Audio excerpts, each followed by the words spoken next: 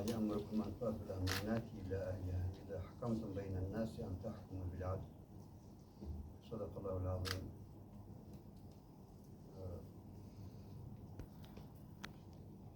زي غني محترم ګډونوالو، د ملي دفاع وزارت د محترم مقام د نظامدید په اساس سرمفتشیت او همداراز حقوق ریاست معلومیتونو په سلسله کې څه تغییر او تبدیل راغلی. نو دا تغییر او تبدیل په ټولو حکومتونو کې یو اصل ده، خو په امارت کې بیا یو عادي خبره ده. امارت ډېر نابلده تشکیلات دي. په نوره دنیا کې را داسې وي چې کوم نظامي ارګان کې څوک وي هغه په هغه نظامي ارګان کې بیا یا پرمختګ کوي یا په شاتګ کوي. په امارت کې تل داسې سوي دي، که تېر امارت و که هم اوس ده، زموږ کومه تجربه ده. ټول ملګري داسې دي لکه د یوې کاسې شریکان یا د یوه دسترخوان ناست خلک. هغه که ملکي ادارو کې که په نظامي کې وي سره تغییر او تبدیل کوي، یعنې د ملي دفاع وزارت څخه څوک بیایي د استخباراتو په ارګان کې مقرر وي، د هغه ځای څخه بیایي داخله وزارت کې، داخله وزارت څخه بیایي بل ملکي وزارتونو کې، که د بیا ودانه بلو چارو په دغو وزارتونو کې مقرر وي، د هغه ځای بیایي تبدیلوي. مثلا د ولایت څخه ولسوالۍ ته، ولسوالۍ څخه ولایت ته. دا داسې پېښه شوې ده چې بیخي غیر مسؤل کس راولي ځای والي کوي، بیخي غیر مسؤل کس بیا هغه راولي ځای وزیر کوي، او وزیر بیا هغه بیا ځای رئیس کوي. خو نه هغه څه وایي نه امارت دا خبره نابلده ده. ځکه دا دندې دا کسان چې دا پر دندو باندې وي هغه دا دندې د ځان میراث نه بولي، او امارت یې بیا د هغه یو همیشه دپاره یو لازم صفت نه ګڼي. تغییر تبدیل طبعا تاسو ته معلومه ده هغه د په ښه نیت باندې بنا وي. امارت ته پکښې اراده نه وي چې څوک یې پکښې وځوي یا یې وټکوي یا دا د بې حیثیتي یو داسې یو خبره پکښې راشي. دا مسله نشته، مطلق نشته. نور نظامو کې وي، ځکه نور نظامو تاسې معلومه ده په هغه پخپله د لیکلي وي خپلواک کاندید مستقل انتخابات، خو دغه د امر په خپله باندې یې غواړي، او دغه خبره حرامه ده، په خپله خوله باندې سړی غواړي. خو د دیموکراسي نظره څخه بیا دا هغه یو اصل ده او همیشه یې دی کوي. په اسلامي نظامونو کې بیا په خوله غوښتل نشته، مطلق نشته، چې څوک وغواړي ډېره بده ده، پر موږ باندې هم ډېره بده پرې ونیسي څوک په خوله راڅخه وغواړي. او چا غوښتي وي هغه ته رسېدلی هم نه ده، او که ورسېږي رسول الله صلی الله علیه وسلم فرمایي وکیل الیه، و هغه ته بیا ورسپارل کېږي وایي اوس یې نو کوه، د الله تعالی نصرت درسره نشته. نو ځکه ما هغه نظامونه چې موږ تاسو په نظام پر عقیده و پر نظریه و پر یو فکر باندې بنا ده. نور که ستونزې ولرو که نه ولرو، خو له دنیا څخه د دنیا نظامونو څخه د دې نظام حیثیت او کیفیت جوړ دا مطلق بېل ده، دا له نورو سره نشي قیاس کېدلی. نه یې پر نه د نورو ترازو به دې ته ښودلی شي چې دغه ورباندې وتلي، هغوی که ځان ورباندې تلي ولې تلي، دا به پر بل ترازو کې نه تلو. امارت نظام ده، موږ دا نه وایو موږ په ټولو چارو باندې پوهېږو، یا موږ دا نه وایو دا ټولې ادارې دا موږ جوړولی شو، بلکې دا اداره تاسو ته معلومه ده هغه له تخنیکي و مسلکي و ادارې لوجستیکي له دغه ټولو پرسونلو څخه جوړې وي، کس یې په راس کي وي. دا راس کس هغه فقط ناظر وي، دا ادارې باچا نه ده، هغه د ادارې داسې واکمنه ده چې له هغه څخه بیا پوښتنه نه کېږي. هغه د ادارې داسې کس دی چې ده په میراث باندې که ده ښه کوله که بده کوله، داسې مسله نه ده. خو دا پرسونل چې دا پرسونل به په خپل ځای باندې وي همیشه، د مشرانو یا سره بدلېږي را بدلېږي، هغه په ښه نیت باندې بنا وي، دې دپاره چې په کارونو کې نور پرمختګ راشي، او هغه په کارونو کې پرمختګ متوقع وي. همیشه چې موږ لیدلي دي دا تغییر و تبدیل ښه نتیجه ورکوي. که څه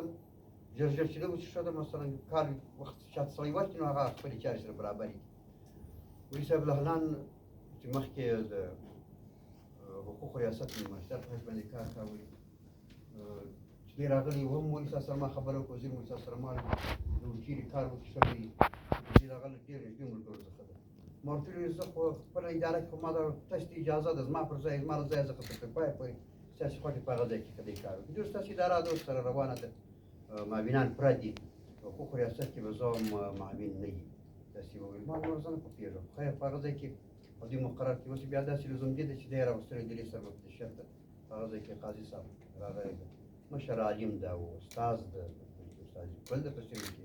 مشهور شخصیت ده او ښه عالم ده الحمدلله هغه د په ریاست کې مفتشیت فیصله دا کړې موږ به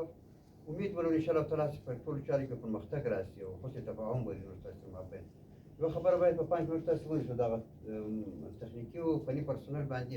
لازمه ده باندې واجب ده او د دوی دنده ده کومو مسایلو کې که دا ملګري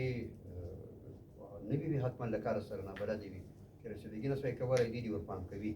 هغوی دې په مشوره باندې خوا نه بدوي زه خو خپله خپلو ملګرو ته هغې ویلي مطلق زه خوا نه بدوم راته وایاست او ورته وایي زما دفتر امیر بیخي ډېر څه په وضاحت صراحت باندې راته وایي دا نه ده صحیح ده کار دا باید داسې زه ورسره منم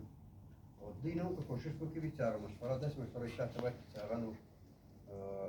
په هغه شی خطا نه شي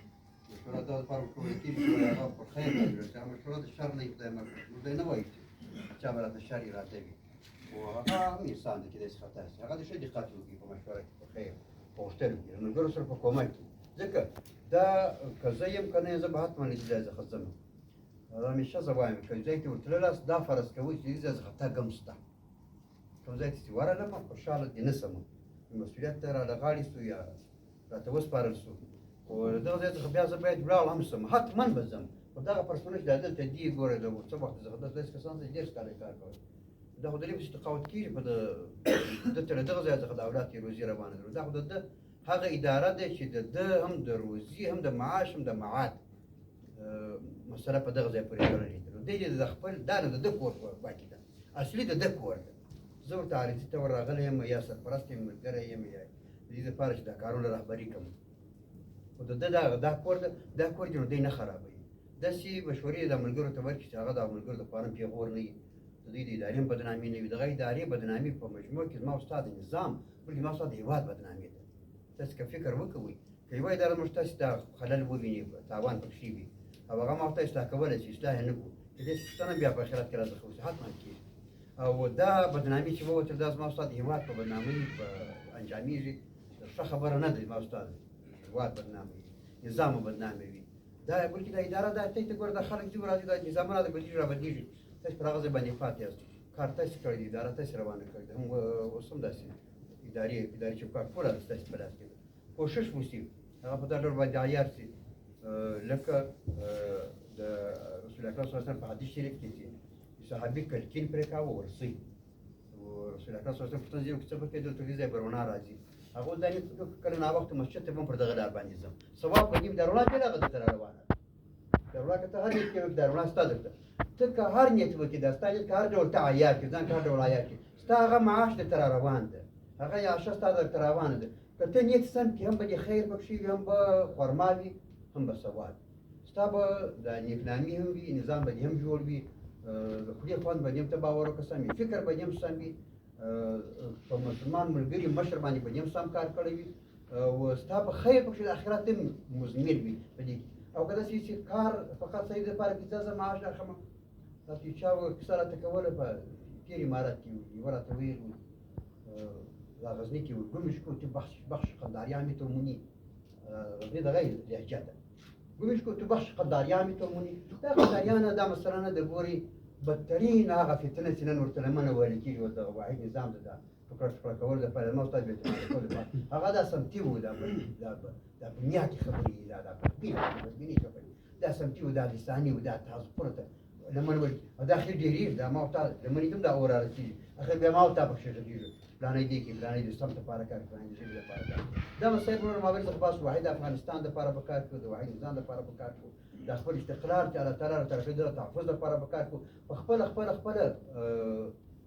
موقف کې چې یو هغه ځای کې مکلف تر هغه خواته زه ته بیا په امارت په لویو مسایلو باندې مکلف نه یو هغوی سموي کې په خراب خوا باندې بیا یې الله تعالی دې نه کړي په خراب باندې ولاړ میز ته انشاءالله تعالی که ټول متوجه وشو ټول ژمن واوسو نو تا به جوړ وي روغ وي نظام به مو جوړ وي ولس به مو راسره جوړ دا دربدر افغانستان به انشاءالله تعالی بیا دربدري کوي او که داسې استفاده جویي وي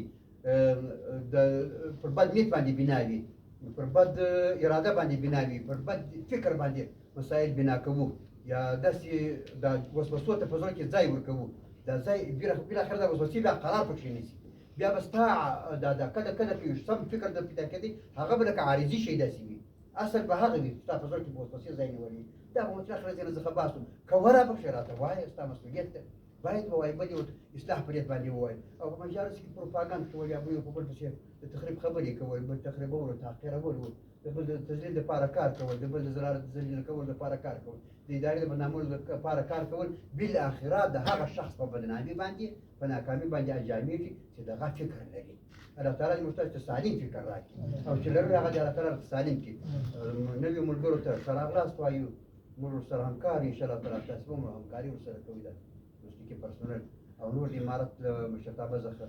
په ډېر احترام باندې بیا هم غوښتنه کوو چې ډېر دقت په دا ټول مسایلو کې وشي ځکه چې موږ مکلف دي بیا په لوړ سطح باندې مکلف دي الله تعالی ټول افغانستان البته ټوکر په واخیستا لخوا څخه ټوکر دربدر غرب ځپلی دیموکراسي ځپلی په یوه بله معنه باندې راته ټوکر کړی فکرونه خراب کړي ارادې خرابې کړي دا خو راته پرېښې ده خو واحد افغانستان ده الحمدلله خاوره مکمله ده او نظام خپل ده اسارت لرو پکښې غلامان نه یو دربدره کې پروا نه کوي خو امید شته انشاءالله تعالی مشرتابه څخه همدا غوښتنه ده هیله مو ده چې په ډېر دقت باندې ټولې چارې لکه دغه څرنګه چې روانې دي دغه راشي په ډېر دقت باندې سمبال کړي او دښمنانو ته نور ځای ورنه کړي چې هغوی را باندې هغوی راته وښيي چې دا کار دی کړي ولې هغوی راته ښیي هغوی ته موږ باید تعدیل کړو خپل فکرونه نه چې هغوی خپلې ارادې پر موږ باندې داسې باندې کوي ما ورته په خپل ځای کې مکلف یو له خپلو ارزښتونو څخه له خپل حیثیت څخه خپل نظام له بقا څخه د خپل هېواد د تمامیت څخه په دغه خپل چوکاټ کې دفاع کوو او هغه ژمنتیا ښیو او دا متعهد دی انشاءالله تعالی تر څه وخته پورې کېږو په دغه یوه تار سره کېدلي کله چې سره جلا کېدلو فکرونه به بیا هم سره یو وي که هر ځای یو یو ډول په خدمت کې به وي سره خواخوږي به انشاءالله تعالی واقول قولي هذا واستغفر الله لي ولكم